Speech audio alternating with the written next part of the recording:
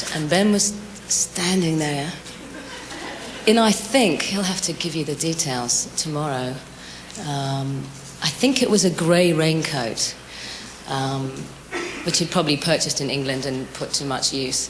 And I think he was expecting Australia to be the same.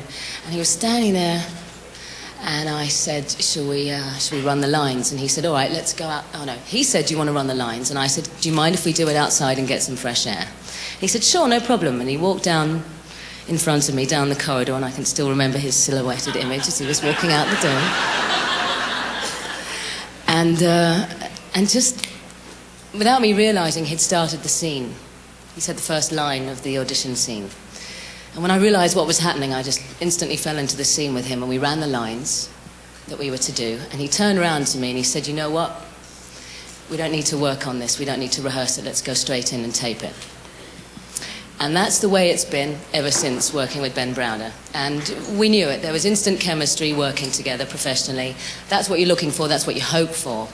And I'd worked with other lead actors before, and, you know, there was a sort of a chemistry which worked for the show, but nothing like this. And we went in, we did the scene, went back to Queensland to keep going with Pitch Black, and everyone was eager to know. All my castmates on Pitch Black were saying, how did it go, how did it go? And I said, it went really well, I think. And I can work with this guy. That's the most important thing. I can work with this guy. And from the good grace of Ben Browder, that is possible. And I am such a lucky girl, because as you know, he's fantastic, and he's your leading man. And he is our hero, because he's intelligent, he's so committed to the job, he loves what he does, and he's got a great sense of humour, and that's very important in Australia, otherwise you die. The one that we had to slightly wean into the Australian humorous sensibility was Ben Browder, who didn't quite know where he'd landed, the poor guy. And I think the humour that we have on set has informed the programme. And I don't think Farscape would be the show that it is were it made in a studio in Los Angeles. I think that there's something about the irreverence. The Australian sense of humour is enormously irreverent and cheeky, and I think that's been... I think it's in the product. I think that we're living in a really exciting age, because audiences are so television literate now.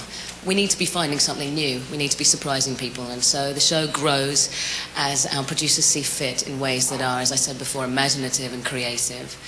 And I am living as an actor, as a female actor, in a much easier time. And as the lady was saying before, you know, to be someone of my age and to be confident is a blessing that's come with time and women that have come before me in television and in real life. So I don't think Erin would have been possible without archetypal roles like Xena and Princess Leia with that hairdo that got men's hearts fluttering. Sigourney Weaver, characters like that. I mean, science fiction is also a genre where stronger women survive. And not only that, they kick ass. So. Yeah! And that's what we do on Farscape. We walk onto a spaceship and say, pilot starburst. It's like being a kid again.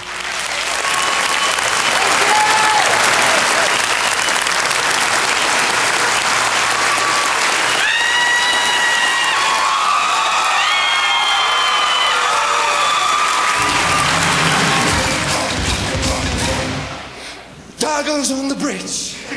Things are going bad. Moya's in trouble. Again. Don't tell me it's true. I've got to get Crichton to the bridge.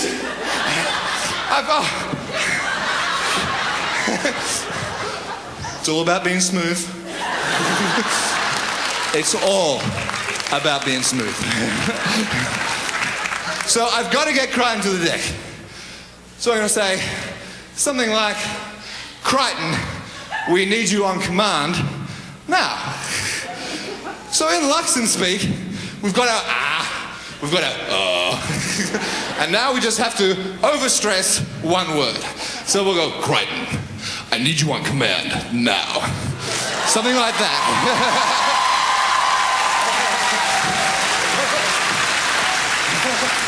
So I'm there, I'm with the big Farscape crew, I'm with some of the best 35mm crew in the world on this show.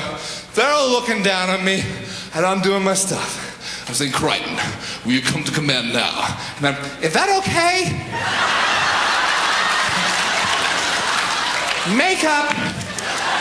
Makeup, I'm sure that one of my tentacles was over my left shoulder in the wide shot, and now my tentacle is over my right shoulder. I'm not happy here. I got a call from David Kemper and Rockney after only a month of shooting.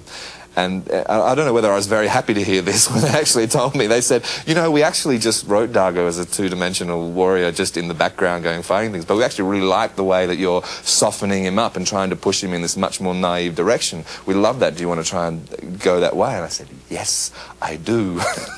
So that's the area that we really, really concentrate on now with that character, is trying to make him much more naive. If you think about him as a warrior, he loses every second fight. As far as warriors go in the universe, Dargo is probably one of the worst. I can't tell you how many times I have said in this show, I vow I will never be taken prisoner again. You know, it's like, and then the next episode, I really mean it. This time, I'm not going to be taken prisoner again. Because what we also did later on, when we started to explore the more naive and emotional side of Dargo, rather than making him just a two-dimensional cut-out warrior, we decided that we needed to explore him emotionally, give him a real sense of feeling and passion and emotion. So, as well as this big, deep, bassy Dargo voice, we invented this Dargo voice. So whenever you hear Dargo talking to Gianna, you're going to be hearing this.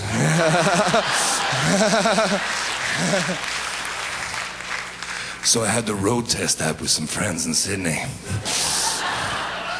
It went okay. Actually, the very first Dargo costumes that you see, or makeups I should say, in the first couple of episodes are very cumbersome and really not very generous to work in. I couldn't move my head beyond here, I couldn't see, I couldn't lift my arm up, I couldn't hold my sword, so I felt like the whole time I'm performing in this thing, I'd yell cut and people would have to lead me to a seat and I would sit down, couldn't go to the toilet, any of these things. So I was just thinking, what have I signed myself up to? I'm living in hell. But that was just, you know, the problems with not enough pre-production, and as time has gone on, the makeup has become much, much more comfortable. So in the very first episode of Farscape, I could hardly move. I had a costume down to my ankles, and I would stand like this. If someone said I had to turn my head, I said, no. I think Dargo will face this person straight on. And then they bring out, I don't know what you call them here in the States, you know, you lift fridges with them, you know, and they tuck my feet up under there, and they lean back, and they wheel me around, push me to the other side of command, get a harness from the flies, bring it down, strap me up, lift me up in the air a little bit, hanging, take out the support, drop me back down, and, okay. I think I'm ready to act. If you look back on the series, Dargo is a bit of a slut. How do you say that politely? Dargo likes the ladies. And when you go down onto, right from the beginning, when you go down onto planets, Dargo's off looking for girls all the time. So the fact that he's found Chiana, I think, is really going to serve some purposes for both those characters. But it also means that you can start to explore some areas of how these people deal with relationships. Because I've always tried to make Dargo like a teenager. I always think of him as a 16-year-old, and I still do. At that time in life where you're bridging between being a child and an adult, where you think you can do everything, but you can only do these things, where in some respects you are incredibly emotionally mature, and in other respects you are an emotional infant. And the battle between those issues in Dargo are things that I love playing, and I really want to keep pushing that teenage aspect of that character. And I think it's also quite incongruous with the look of the makeup, because in human terms he's sort of got some wrinkles and things, and in one sense you look at him and you would expect him to be a lot older, but to think of him as a teenager I think is much more interesting.